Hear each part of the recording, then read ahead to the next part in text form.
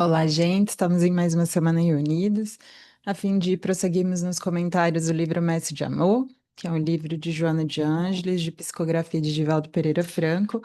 Hoje, comentando a segunda parte do capítulo 5, denominado Entregue a Deus. Vamos dar início. As resistências que demonstras diante dos inevitáveis testemunhos são resultados da tua entrega a Deus, deixando que Ele te conduza com firmeza e sabedoria, conforme vem ocorrendo. Faze sempre a tua parte e aquela que te escapa, superior aos teus valores mentais e morais, deixa que seja realizada por Ele. Ai, gente, isso é muito bonitinho. Porque Deus não espera de nós forças superiores àquelas que nós já temos em nós. Mas ele espera que a gente faça a nossa parte. Então, por isso que ele comenta aqui, né? Faze sempre a tua parte. Eu me lembrei de uma mensagem do Fonte Viva que chama Que Tendes. Em geral, o que que ela nos comunica? Olha, ela comenta ali aquela passagem da distribuição dos pães, mas essa distribuição dos pães, ela vem da onde? De algo inicial. Não dá para multiplicar alguma coisa, não dá para que Deus multiplique algo a partir do zero, né? A gente pode ver isso pela própria matemática. 5 vezes zero é zero, não é 5. Agora, 5 vezes um é 5. Então, essa multiplicação, ela se aplica às leis divinas de uma forma, assim, bastante bonita. É uma misericórdia mesmo divina. Mas é como se dissesse assim, né? Uma simbologia muito bonita de algo você deve fazer, aquilo que cabe a você, aquilo que é a sua parte, faça. O resto entregue a Deus. Seja aquilo que a gente considera que não tem força moral ou mental para suportar, faz a tua parte, faz o seu melhor e entrega a Deus. E é muito interessante, né? Por quê? Porque aquela multiplicação de pães diz que foi um dos milagres de Jesus, né? Dessa multiplicação desses pães, que então todas as pessoas que estavam ali reunidas puderam se alimentar de forma digna. Veio a partir, se não me engano, de 3 ou 5 pãezinhos. Então, algo teve que vir. E eu acho que o divino reside exatamente nisso, sabe? Deus não faz tudo. Não faz tudo. Algo tem que vir de nós, a nossa contribuição, a nossa parcela deve ser feita, mas feita a nossa parte, que a gente descanse em Deus, né? Que é isso mesmo, que a gente entregue. Porque a multiplicação é feita. Isso para mim é belíssimo, gente. Esse milagre da multiplicação dos pães, que é uma visão simbólica da vida, mas que não deixa de ser uma lei, sabe? De que quando eu faço a minha parte, aquilo que me cabe, quando eu cumpro os meus deveres, quando eu lido de forma digna com uma situação, no limite ali das minhas possibilidades, e quando eu também compreendo, eu não tenho controle sobre o resto, eu não sei fazer melhor, né? É como se Deus tomasse então aquilo mesmo, né? E realizasse a sua parte. Em todos os transes, sabe que eles significam verdadeiras bênçãos e aceita-os com resignação dinâmica, não permanecendo na lamentação e entregando-se ao desânimo. Então, também tem essa beleza aqui contida, né? E eu gosto muito quando ela fala resignação dinâmica. Olha que bonito. Então, não é uma simples resignação que muitas vezes para as pessoas é uma simples aceitação, passiva, ali uma inação, então eu vou me entregar a isso, já que é isso que vai acontecer, então tudo bem, eu aceito, mas fico paralisado, né? E o que ela traz, né?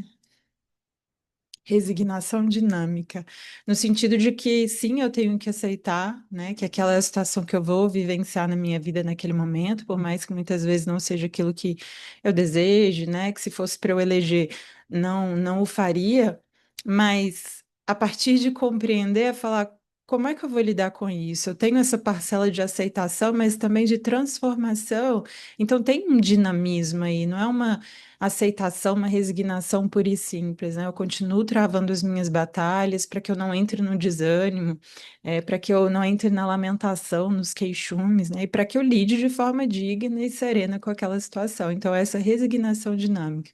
E tem uma frase de Paulo também muito bela, em tudo dai graças, né? Que é isso que ela fala aqui também, em todos os transes, que você saiba que isso significa verdadeiras bênçãos. Então, assim, quando a nossa vida tá boa, tem a mão de Deus ali. Quando a nossa vida está difícil, também tem a mão de Deus ali e há propósitos, né? Por isso que Paulo, já mais amadurecido aí na sua caminhada espiritual, pôde dizer com extrema sinceridade, né?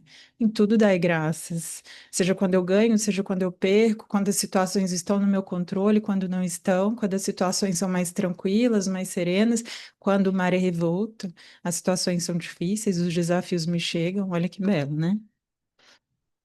Na tua convivência com Deus, já percebeste que Ele sempre está vigilante e operoso, ensejando-te os recursos superiores à tua capacidade atual de realização. Isso aqui também é belo. Ou seja, nos momentos das grandes provas e desafios, que a gente não se sinta só, né? Nós estamos sendo velados por essas leis divinas, pelo divino, a todo e qualquer momento. Talvez a gente não consiga se conectar, talvez tamanha a nossa desesperança, ou muitas vezes a nossa revolta, que aí a gente corta um pouco esse laço com a espiritualidade maior, mas, como se diz, está sempre disponível, né? E mais. Né?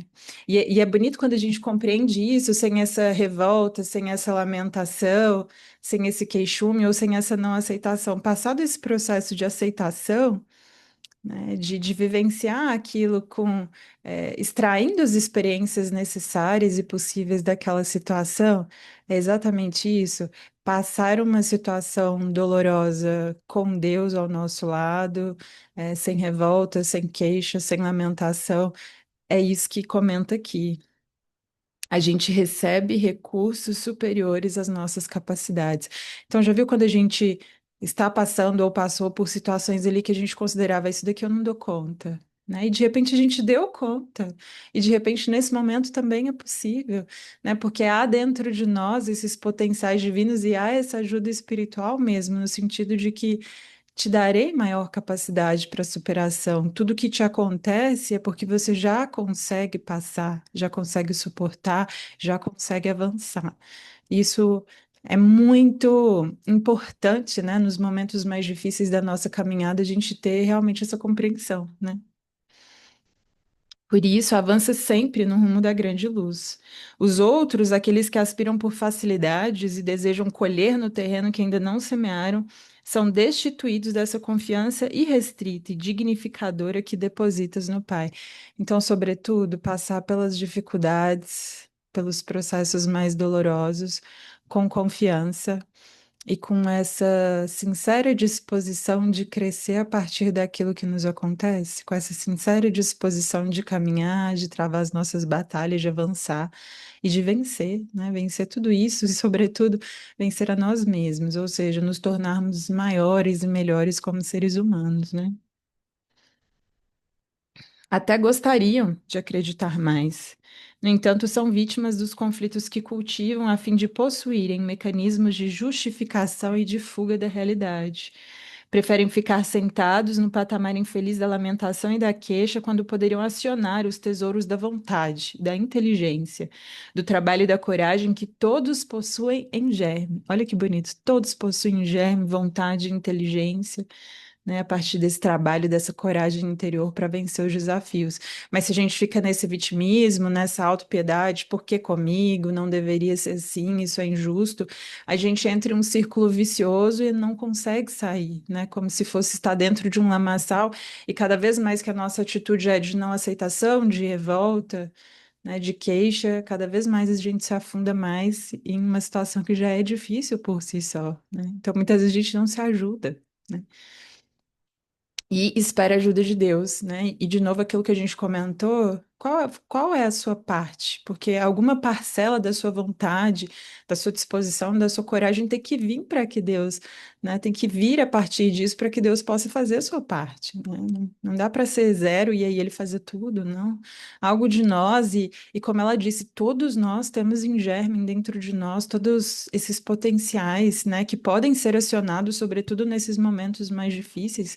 E muito provavelmente, gente, é por isso que essas situações desafiadoras acontecem, para que esses potenciais, né, a lei da necessidade, para que esses potenciais possam então vir à tona, para que então dentro de mim eu ganhe uma nova visão sobre aquilo que muitas vezes eu nem sei a respeito de mim mesma, que eu posso mais, que eu dou conta de mais, que eu suporto mais, que eu lido melhor, né? E a gente vai se aprimorando a partir disso mesmo, vai se autoconhecendo, claro, nas nossas dificuldades, nos nossos defeitos e imperfeições, mas também nas coisas boas que residem dentro de nós e que precisam de treino para e lapidação para que venham à tona, né?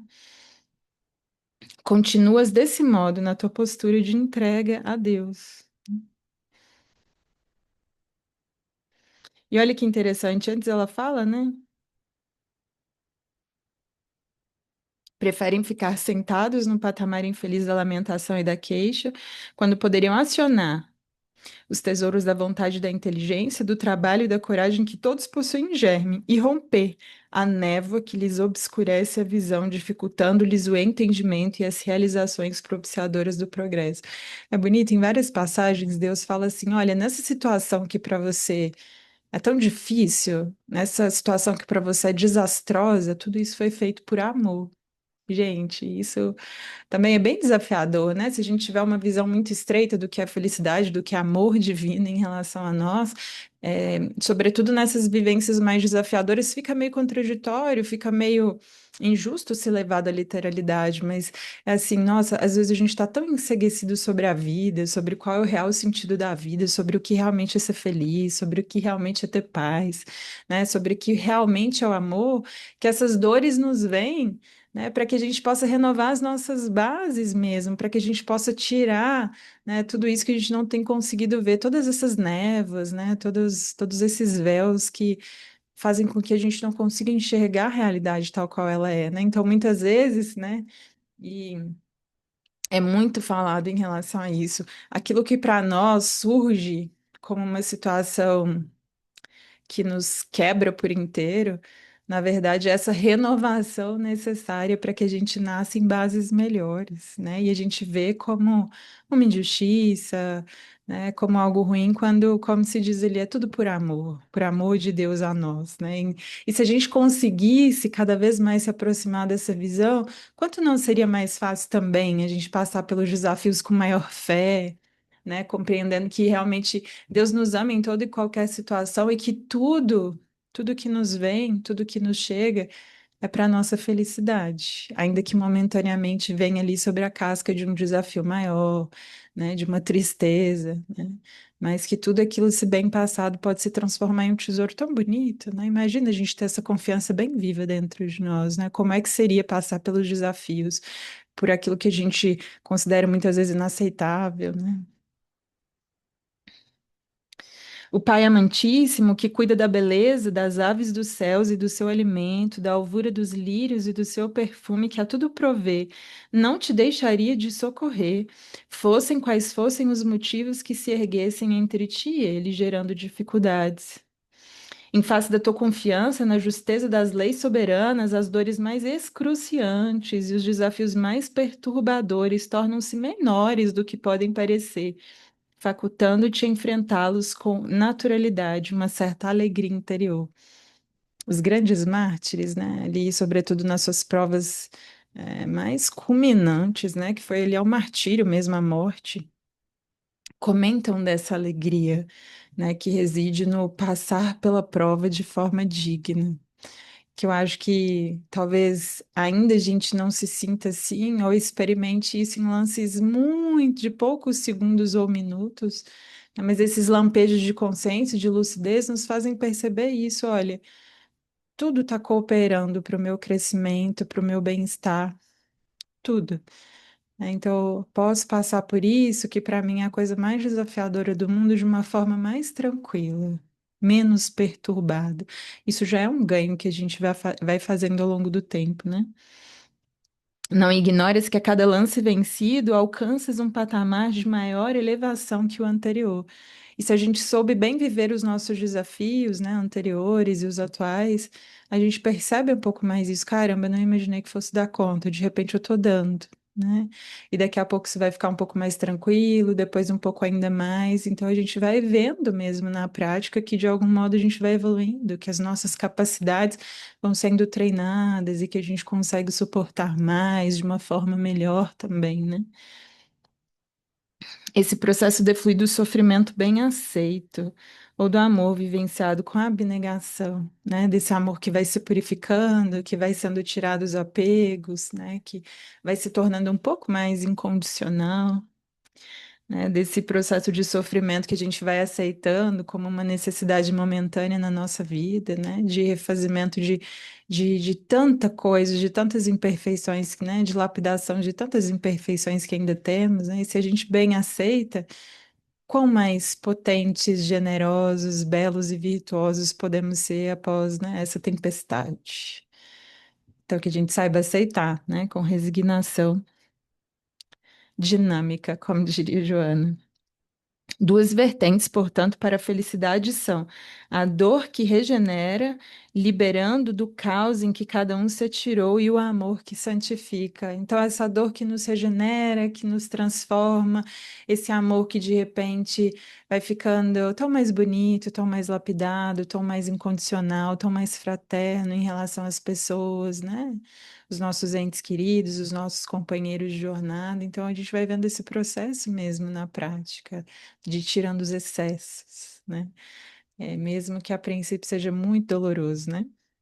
Não raro, porém, é apresentarem-se juntos esses fatores, facultando aquele que sofre o ensejo de diminuir as dores humanas que se encontram espalhadas no mundo. Quanto mais abnegado, mais fardos pesados carrega, ensinando como se pode ser feliz sem a necessidade de acumular coisas, de fruir prazeres contínuos, de desfrutar da saúde e de receber aplausos, valores que o mundo estabelece como únicos, mas que em realidade são apenas meios para novos empreendimentos iluminativos. É interessante, né? Porque quando a gente passa por essas dores, né, quando a dor realmente cumpre o seu papel de nos transformar, ela não só nos humaniza, como de repente a gente se percebe mesmo nesse anseio de falar, poxa, é, queria tanto que as pessoas também conhecessem um pouco disso, para que elas também pudessem superar os seus próprios desafios. Então, aquela pessoa que bem superou aquela prova, de repente ela pode ajudar tantas outras pessoas ali no entorno dela também passarem pela mesma situação de uma forma mais digna, né? Não só de ser exemplo, mas também de ser uma ajuda ativa, seja numa escuta, seja num conselho, né? Seja numa forma de viver. Então, é perceber que é essa corrente silenciosa da vida, né, entre aqueles que conseguem superar a prova de um jeito melhor e que então podem ajudar tantos mais que estão atrás, assim como foi possível para aquela pessoa superar porque tinha tanta gente ali na frente dela, mais superior, que naquele momento crítico ajudou, né, colaborou ali com ela. Avance, então, confiando em Deus. Seja as quais forem as armadilhas da existência, todas elas defluentes das suas necessidades interiores de ascensão. Então, essa compreensão também de que tudo que nos chega é porque é algo necessário para a nossa evolução, para a nossa transformação, faz com que as nossas dores sejam um pouco amenizadas, essa pessoalidade que em geral a gente tem, né? De achar que as coisas são pessoais, que as pessoas querem nos magoar ou machucar, né? E aí ia ter uma compreensão um pouco mais profunda. Olha, de algum modo eu necessitava dessa experiência. Talvez eu não entenda isso em profundidade, mas sei que se souber passar por ela, muitas coisas boas vão me chegar também, muitos aprendizados bonitos. E que aí a gente despessoaliza um pouco, olha, não é essa pessoa, né? Pode até ter acontecido por intermédio dela, mas talvez fosse por outra, né? Então, é ainda assim, né? Mesmo nessas dores, é a gente não se vitimizar e não culpar os outros, sabe? É tomar responsabilidade por nós e falar: o que que eu posso fazer por mim agora, depois disso que me aconteceu, que foi tão duro, né? O que que eu posso fazer para me transformar, para sair mais fortalecido, mas não endurecido, né? Com o coração ainda aberto, ainda cheio de vida, ainda cheio de amor, né? Essa deveria ser a nossa postura, né? O botão de rosa, que teme o desabrochar com receio da agressão das pragas e da ardência do sol, morre em si mesmo encarcerado, sem que haja libertado o perfume e o pólen que lhe dariam continuidade à existência, fecundando outra planta. Gente, Isabela, imagina uma rosa. Ao ver que o terreno tá ali meio estranho, que pode ter algumas pragas, né? Quando ela finalmente desabrocha na sua plenitude, na sua beleza, né? Na sua completude. Imagina se ela temesse tudo isso. Nunca seria, nunca faria aquilo que ela veio fazer, né? Porque uma flor veio o quê? Ser flor, desabrochar, perfumar todos os ambientes. E que comparação bonita, porque é isso, né? Se a gente fica com medo da dor, com medo das circunstâncias externas, daquilo que possam nos fazer, a gente também não cumpre o nosso papel. A gente também não desempenha aquilo que de mais precioso há dentro de nós querendo desabrochar, né? Da mesma forma, aquele que teme experienciar dilacerações para abrir-se à sublimidade, deperece em forças e fenece diante dos objetivos para os quais existe. Então, olha, eu tenho um papel na minha vida, um papel ao redor de mim, né, nos locais onde estou, com as pessoas com as quais eu convivo. Mas se eu tenho medo dessas dilacerações, se eu tenho medo dessas, né, como ela disse ali, dessas armadilhas, que muitas vezes, essas surpresas desagradáveis da vida, eu nunca vou cumprir o meu papel na sua integralidade, na sua beleza, em todo o seu esplendor, sempre com medo, sempre ressabiado, sempre fechado. Não, aí eu não estou cumprindo o meu papel de ser humano. Então, que a gente possa, sim, se fortalecer, né, para suportar cada vez mais, mas que a gente não impeça essa marcha, que é deixa eu dar o meu melhor, deixa eu fazer o que eu vim fazer, porque esse é o meu papel, essa é a minha missão aqui nessa vida, sem me preocupar tanto, claro, ser prudente, sim, né, se proteger também, mas sem temer o exterior, o que possa vir a acontecer, o que as pessoas possam vir a fazer, agir, falar, né? O amigo incomparável não receou sombras nem dores, espalhando a inapagável claridade da Boa Nova em plena escuridão social e moral da humanidade, preferindo sacrificar-se para que se pudesse avaliar a qualidade dos ensinamentos a somente referir-se a eles sem demonstrar a grandeza de que se revestem. Jamais se queixando ou reclamando das dificuldades do solo dos corações áridos, ele removeu os calhaus, arrancou o escarraucho e escavou o duro chão, fertilizando-o com a sua ternura e umedecendo-o com as suas lágrimas, a fim de que a semente da Boa Nova encontrasse os recursos necessários à sua fecundação. Então, veja, a época que veio Jesus, né? Se a gente observa os tempos, eram tempos ainda mais difíceis, né? Da sua passagem aqui terrena. Imagina se ele tivesse medo, né, de tudo que depois realmente veio acontecer. Mas ele não teria transformado, né, toda uma mentalidade, toda gerações e gerações que a partir do seu exemplo de fazer o quê? De ser quem veio ser. Eu vou ser quem eu vim ser, independente das circunstâncias, das pessoas, né? Esse foi o discurso dele. Aliás, nem o discurso, a vivência dele. Eu vim para ser isso que me foi determinado e a minha missão vai ser cumprida, seja aceito ou não, né? É, seja qual o preço a ser pago, mas é ver essa beleza mesmo dessa vida que marcou e marca gerações e continuará marcando, por quê? Por conta de um exemplo.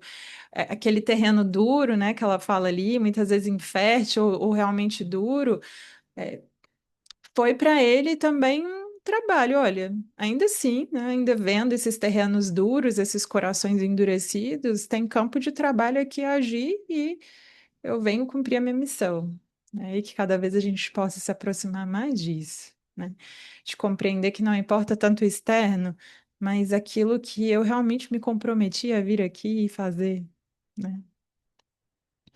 E até hoje permanece, exemplo ímpar de amor, convidando as criaturas a que se entreguem a Deus, a fim de que Ele continue velando em seu favor.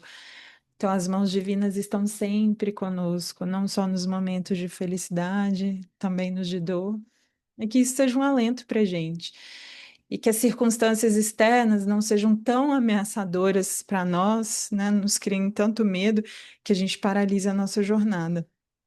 Não, a gente pode em alguns momentos ir um pouco mais devagar, de forma mais prudente, né? De forma em passos um pouquinho assim mais tranquilos, lentos, mas não paralisamos a nossa marcha, né? Que a gente saiba, sobretudo, que a gente veio com uma missão específica e de que para nossa própria felicidade é isso que nos cabe fazer, independente do exterior, né? Que a gente não se preocupe tanto com o que acontece no exterior, mas se a gente realmente está sendo fiel a nós mesmos, a Deus e à vida, né? O que a vida espera de nós. Que sejamos como essa flor que desabrocha, assim, esse medo de o que que vai acontecer, que pragas que vão vir, será que o solo é realmente bom? Será que vai aguentar? Não, vim aqui fazer o que eu vim fazer.